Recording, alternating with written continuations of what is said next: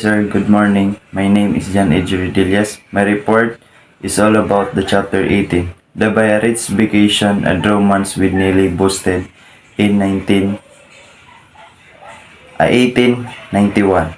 To seek the solace for his disappointment in Madrid, Rizal took a vacation in the resort city of the Biarritz on the fabulous French Riviera. He was a guest of the rich Bosted family at its winter residence with Iliada. He had befriended Mr. Eduardo Bosted and his wife to charming daughter Adelina and Nelly in Paris in 1889. He used to fence with the Bosted sisters at the studio of Juan Luna and to attend the parties of the Bosted Parisian home. It was in Biarritz where he had a serious romance with Nelly and finished the last chapter of his second novel, El Filibusterismo. With the Bosted in Biarritz, when Rizal arrived in Biarritz at the beginning of the February 1891, he was warmly welcomed by the Bosted, particularly Mr. Bosted, who had taken a great liking for him because of his remarkable talent. As a family guest, he was treated with a friendliness and hospitality by Mr. Bosted, Adelina, Neely, and Aunt Isabel, Miss Bosted's sister. In Jose Rizal Life, Work and Writing, Pons on February 11, 1891, he said, I have put on much weight since arrived here. My cheeks are no longer shrunken as before, the reason that I go bed early and I have no care. Romance with Nelly boasted Biarritz, with its romantic gardens, delightful villas, and panoramic beauties, is an ideal settings for romance. On an emotional rebound, Rizal, having lost his beloved Leonor, came to entertain considerable affection for Nelly, the prettier and younger daughter of his host. He found her to be a real Filipina, highly intelligent, vivacious in temperament, and morally upright. He wrote to his intimate friends, except Professor Blumentritt, of his love for Nelly, also called Nelly, and his intention to propose marriage to her. As early as on February 4, 1891, M.H. Del Pilar teach him about changing the O in Noli to an A, which means Noli to Nelly. 5 days later, Thomas Arijola told Rizal, in your letter, you talk repeatedly of Bosted who can be a madame or a mademoiselle several times her since last year. I have been told about this young woman who, according to your letter, is also a Filipino. They told me that she is a highly commendable for her thorough education, her very beautiful moral, physical qualities, and in addition for being a Filipino. On this occasion, and all the time you are there, exposed to the warmth of the treatment and attention of that family. May I take that liberty for making the following reflection. Through yourself, I know that you are now free from your engagement in the Philippines. On the other hand, while conditions there are not altered, your permanence in our country is not advisable. And even if it were and even if were so, they would never leave your peace at your home. Consequently, by marrying there, I fear that instead of happiness, you would only find bitterness and trouble. And what is the remedy? See if the Madame Oisel Bosted suits you, court here and marry here. And we are here to applaud such as a good act Antonio Luna, who had previously loved at lost Nelly. Encourage Rizal to who and marry her. From Madrid, Biroto, right? Rizal, saying with respect to Nelly, frankly, I think there is nothing between us more than one of those friendship in Leven. El filibusterismo, el filibusterismo finished in violence. Frustrated in romance, Rizal found consolation in writing. Evidently, while nearly and enjoying too many magnificent moonlight nights. With her, he kept working on his second novel, which he began to write in Calamba in 1887 on March 29, 1891. The eve of his departure from Bayaret to Paris, he finished the manuscript of the El Filibusterismo. He writing to Blumentritt on that date. He said, I have finished my book. Oh no, I have not written in it my idea of revenge against my enemies, but only what is for the good of those who are suffering for the rights of the Tagalog race.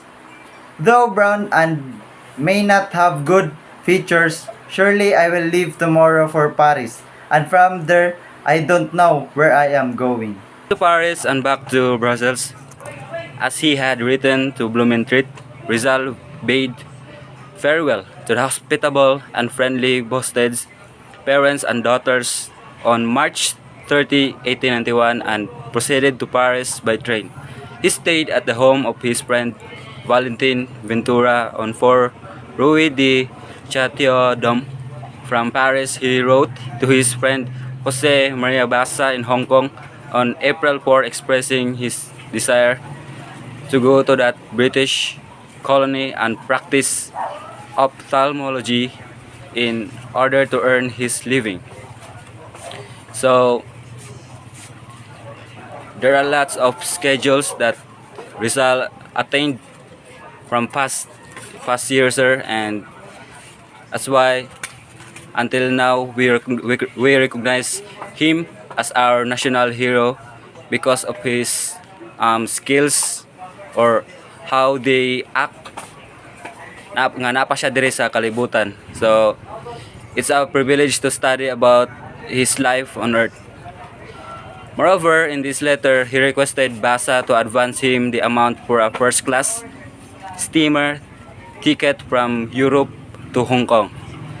So, daghan jud kayo mga adventures nga naagi ang Rizal sa una and daghan siyang mga experiences and daghan jud siyang nasinati nga mga people, different different kinds or daghang klase nga mga lahi nga iyang nakahibalag. The retirement from the propaganda movement. Since abdicat in his leadership in Madrid in January 1891, owing to the intrigues of his jealous compatriots, Rizal retired from the propaganda movement or reform crusade. So, at this time, ni-retire si Rizal from propaganda movement. And next, he decided to publish his second novel to practice his medical profession. So, ano day nga time nga ni-retire si Rizal, nanapod siya gihimo. So, dire na to makita ang generosity or compassion ni Rizal sa uban o dakan siyang skills. Later, when 186B became financially independent, he expected to make a more vigorous campaign for his country's redemption. Rizal stopped writing for La Solidaridad. Simultaneous with retirement from the propaganda movement, Rizal ceased writing articles for La Solidaridad. So, ada dayong panahon na mihunong si Rizal sa pagsulat. But there are reasons nganong iyang giundangan ang pagsulat sa La Solidaridad.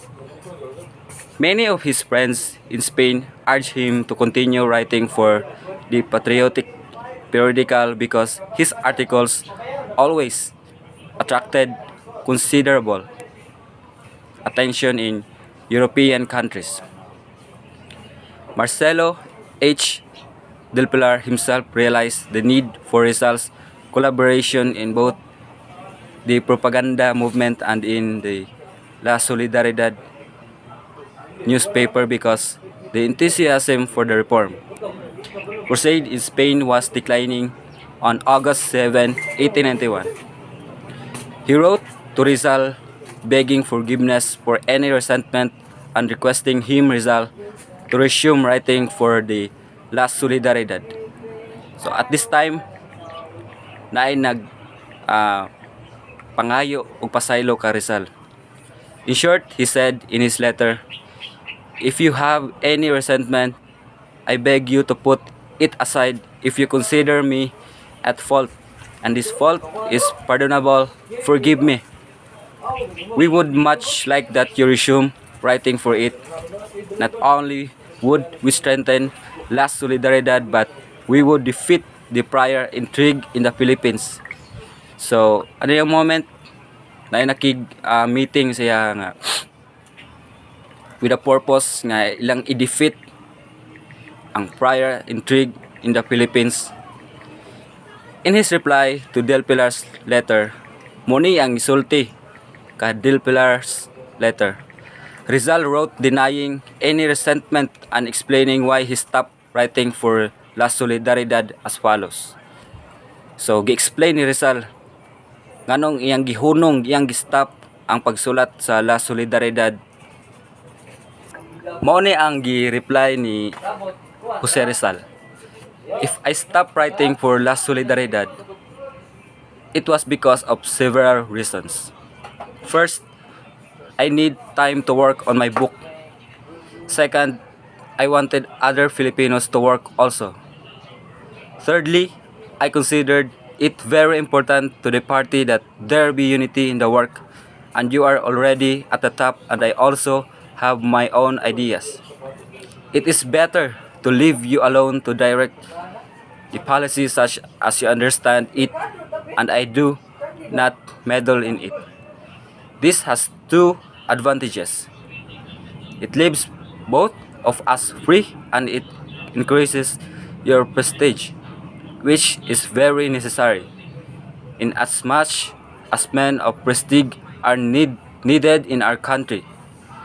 So, ani nga time, nagsulat si Rizal sa daghang reasons nganong na hunong iyang pagsulat sa La Solidaridad. This does not mean to say that I need not work and follow the course of your work. I am like an army corps who, at a needed moment, you will see arrive to descend upon the flanks of the enemy before you. Only, I ask God to give me the means to do it.